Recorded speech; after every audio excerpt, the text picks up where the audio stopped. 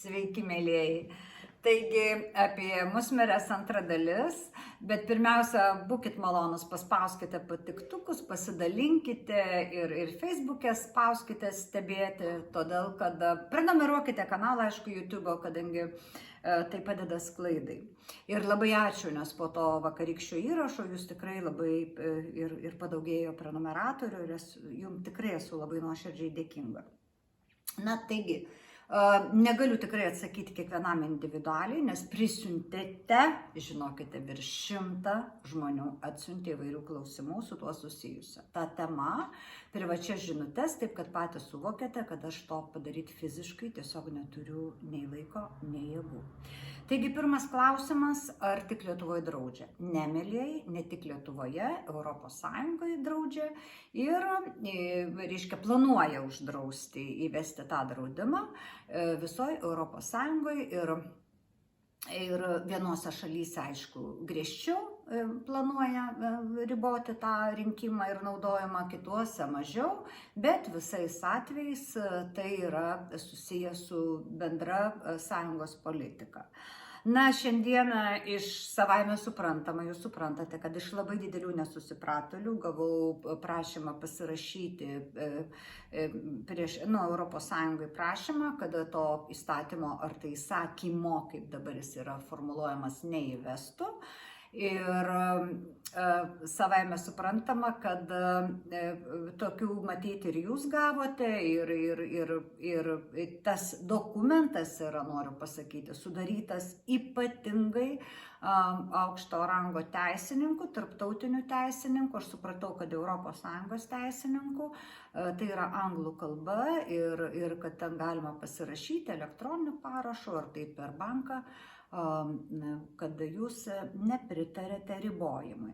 Aš suprantu, kad tik tai nesusipratėliai gali prieštarauti prieš tokį nuostabų įstatymą, bet kai kurie net susipratėliai, kurie nevartoja patys šitų grybų, nepritarė gamtos išteklių naudojimo namuose, namų sąlygomis. Aišku, teigiama, kad tais grybais žmonės apsinuodėja, bet tai yra melas, nes jeigu netgi būna kažkokių to įvykių su grybais, visada yra pranešama per televizorių ir niekad nėra buvę atveju, kad Lietuvoje nuo musmirės kažkas apsinuodytų. Kai tuo tarpu į metus keli šimtai žmonių miršta tiesiogiai nuo degtinės apsinuodėjimo metu, o jau kiek nuo tų infarktų, insultų nuo degtinės, tai mes jau nekalbam.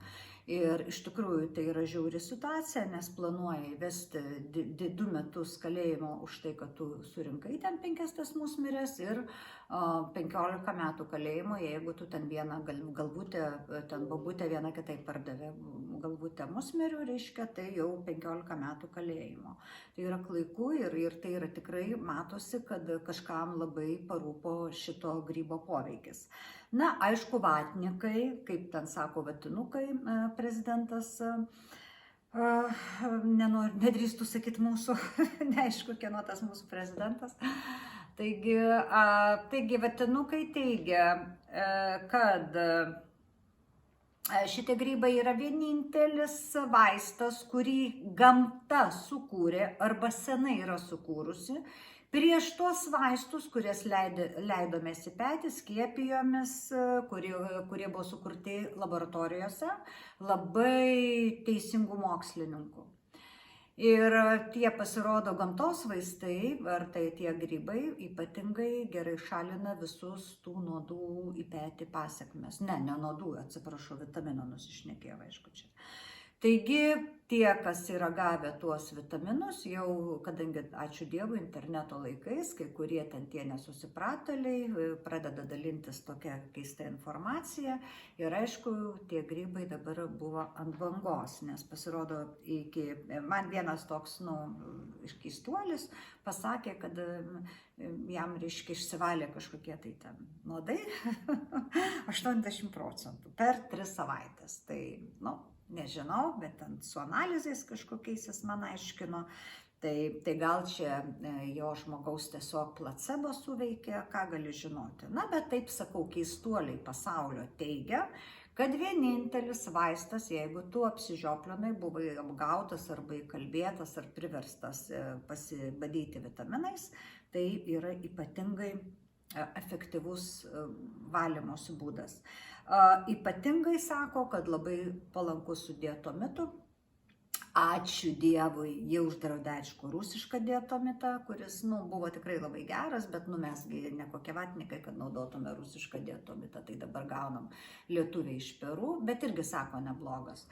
Tai vienu žodžiu, taip teigiama, kad reiškia tas diatomitas ryte su maloniai šiltu vandeniu, ten kiek nurodyta, po pietų reiškia raudoni grybukai ir tai prieš miegą, ten kas kaip jau vartoja. Tai taip teigiama, aš nežinau, neturiu įrodymų. Tai va, dabar ką dar turiu atsakyti.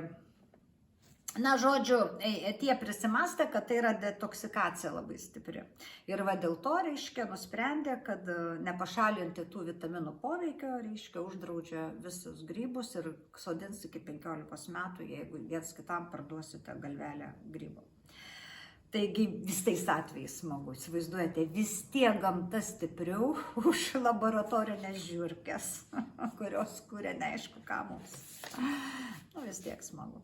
Taigi, dabar klausėt kai kurie, jeigu gal girdėjai kokius pletkus, kaip naudoti tas musmirytes, tai iš tikrųjų esu girdėjus pletkus, kad negalima su alkoholiu, alkoholis yra tik kompresam. O geriausia pasidaryti miltelius, va taip ten tie keistuoliai kalba, ir sumaišyti su medum. Medaus vos, tai kad suliptų. Ir nes medus padeda ir transportuoti po kraują geriau ir viską, ir poveikis yra geras. Tik tai neužmirštame, kad jeigu jau vartojate, jie taip kalba tie keistuoliai, tie vatnikai, tą, reiškia, medų su pudra tų grybų, tai negalima valgyti pieno produktų ir kiaušinių. Pieno tai dėl kazeino, o kiaušinių tai dėl sieros, man atrodo. Na ir dar noriu pasakyti, kad ten jie taip teigia, nebent esu girdėjusi pletkus tokius, kad jeigu jau ilgai naudojate ten kelis mėnesius, tai užtenka nevalgyti tik pieno produktų, o kiaušinius tada galima valgyti. Tai va tiek. O reiškia, jeigu užpylėte jau grybus kažkokią degtinytę, tai kompresiukam tai yra visai neblogai. Taigi, gal ne šiaip sau gyvūnėliai valgo, ten šamanai valgo, bet pas mus šamaną aš pažįstu Lietuvoje tik vieną, bet nesu girdėjus ir net neįtariu, kad jis valgo tuos būtent grybus.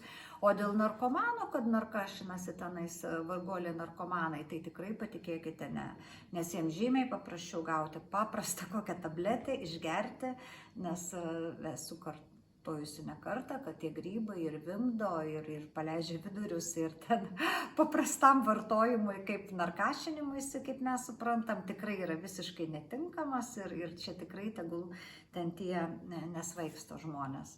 Na ir atsiminkite, kad nuo musmirių miršta tik tai musės. Taigi, mielieji, ate, nebūkim vatnikais, būkim sveiki ir laimingi ir žinom, kad geriausi vaistai vaistinėse. Ate.